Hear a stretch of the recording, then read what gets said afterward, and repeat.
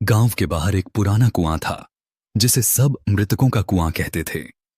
लोग मानते थे कि वहां आत्माएं बसती हैं। एक रात राहुल ने जिद में आकर कुएं में झांका। तभी उसे किसी ने पीछे से धक्का दिया। जब वह होश में आया तो खुद को कुएं के अंदर पाया। चारों ओर सैकड़ों सड़े गले चेहरे जो धीरे धीरे पास आ रहे थे।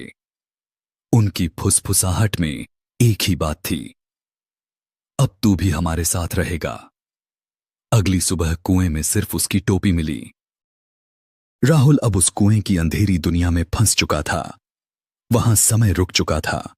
चारों ओर भूत प्रेत उसके चारों ओर चक्कर काटते थे।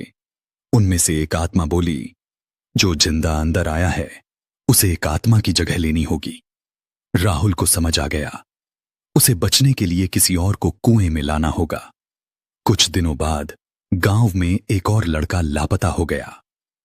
कुएं के पास अब 2 टोपियां पड़ी थीं। अब कुएं में 3 आत्माएं थीं, राहुल, एक और लड़का और वह पहली पुरानी आत्मा जो सबका मालिक थी। उसने बताया कि यह कुआं कभी एक तांत्रिक का था जिसने मौत के बाद भी आत्माओं को कैद करने का मंत्र पढ़ा था। हर साल कुआं एक नई आत्मा मांगता है, वरना गांव पर कहर टूट पड़ता है।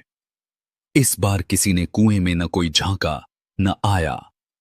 अगली सुबह गांव की गलियों में काली छायाएं घूम रही थीं और कुएं से चीखें आने लगीं, जैसे कोई बाहर निकलना चाहता हो। गांव में अब रोज कोई न कोई गायब हो रहा था।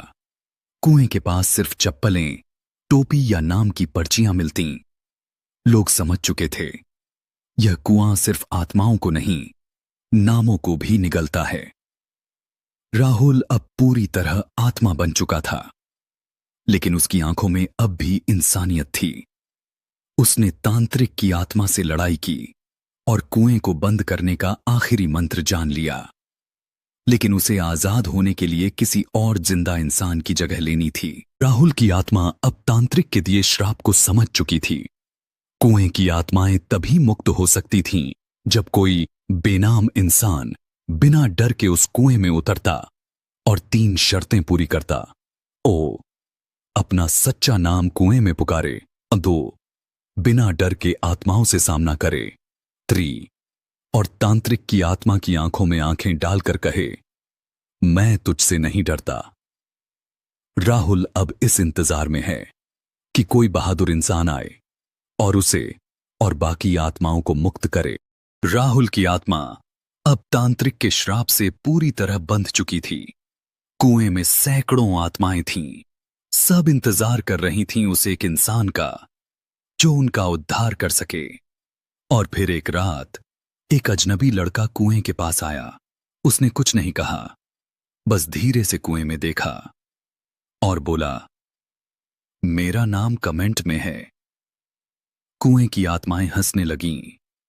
उसने वो 3 शर्तें पूरी कीं, नाम पुकारा, डर को हराया और तांत्रिक की आंखों में देखकर कहा, मैं तुझसे नहीं डरता। एक तेज रोशनी हुई, कुएं की आत्माएं चिल्लाईं और एक एक करके हवा में घुलने लगीं। राहुल की आत्मा भी धीरे धीरे गायब हो गई। लेकिन जैसे ही लड़का पलटा, कुएं के अंदर से एक नई फुसफुसाहट आई, अब इस श्राप का रक्षक तू बनेगा। वह लड़का जिसने कुएं के श्राप को तोड़ा था अब उस भूतिया कुएं का नया रक्षक बन चुका था। लेकिन जितनी जल्दी उसने कुएं का सामना किया था उतनी ही तेजी से उसकी जिंदगी बदलने लगी। अब कुआं उसे अपनी तरफ खींचता था, जैसे किसी को अपने जाल में फंसा लिया हो। तेरी बारी आई है, कुएं की आत्माओं ने उसे कहा, और उसे एहसास हुआ कि अब वह उनका हिस्सा बन चुका है। उन्होंने उसके अंदर घुसकर उसकी आत्मा को अपने कब्जे में कर लिया था। लेकिन यह सिर्फ शुरुआत थी। कुएं की अंधेरी गहराई में एक और रहस्य था। जो भी कुएं में गिरता उसे एक नई आत्मा बनाकर शापित कर दिया जाता। अब वह लड़का, जिसका नाम अब कोई याद नहीं करता, उस कुएं में खो चुका था। लेकिन जैसे ही उसकी चीखें गूंजीं, कुएं से बाहर एक नई आत्मा निकलने लगी। कुएं में बंद आत्माएं तो आजाद हो गई थीं, पर तांत्रिक की आत्मा पूरी तरह नष्ट नहीं हुई थी। एक रात गांव के मंदिर में अचानक घंटियां अपने आप बजने लगीं, दिए बुझ गए और शिवलिंग पर काला धुआं छा गया। उसी वक्त जिस लड़के ने आत्माओं को मुक्त किया था वो अचानक गायब हो गया। गांव वालों को फिर से डर लगने लगा और कुएं से अब एक नई आवाज आने लगी थी, मैं वापस आ गया हूं, इस बार बलि कोई और देगा। राहुल की आत्मा फिर प्रकट हुई, लेकिन इस बार वो मदद नहीं कर रहा था, वो तांत्रिक के काबू में था। और अगले ही दिन गांव के एक बच्चे का नाम कुएं से सुनाई दिया, रवि, रवि, नीचे आओ। राहुल की आत्मा अब भी कुएं में भटक रही थी। तांत्रिक की काली छाया उसे पूरी तरह निगलने वाली थी। लेकिन तभी गांव की एक बूढ़ी औरत, दादी लक्ष्मी, जो असली रहस्य जानती थी, कुएं के पास आई। उसने पुराने ग्रंथ से एक मंत्र पढ़ा जिसे कोई अब तक बोलने की हिम्मत नहीं कर सका था। जिन्हें बंद किया श्राप ने उन्हें मुक्त कर दे भक्ति।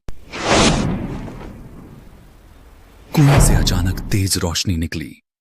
राहुल की आंखों से आंसू निकल आए और तांत्रिक की आत्मा धुएं में तब्दील होकर हमेशा के लिए मिट गई। अब कुआं शांत था, पानी फिर से साफ हो गया। कोई आवाज नहीं, कोई चीख नहीं। गांव में पहली बार दियों की लौ बिना कांपे जल रही थी। अब सब कुछ ठीक हो चुका है। राहुल की आत्मा को मोक्ष मिला, गांव पर से श्राप हटा, कुएं को बंद नहीं किया गया, उसे शांति कुआं नाम दिया गया और गांव में हर साल प्रकाश उत्सव मनाया जाने लगा। सीख, डर को खत्म करने का रास्ता डर से होकर नहीं, भक्ति, हिम्मत और सच्चाई से होकर जाता है।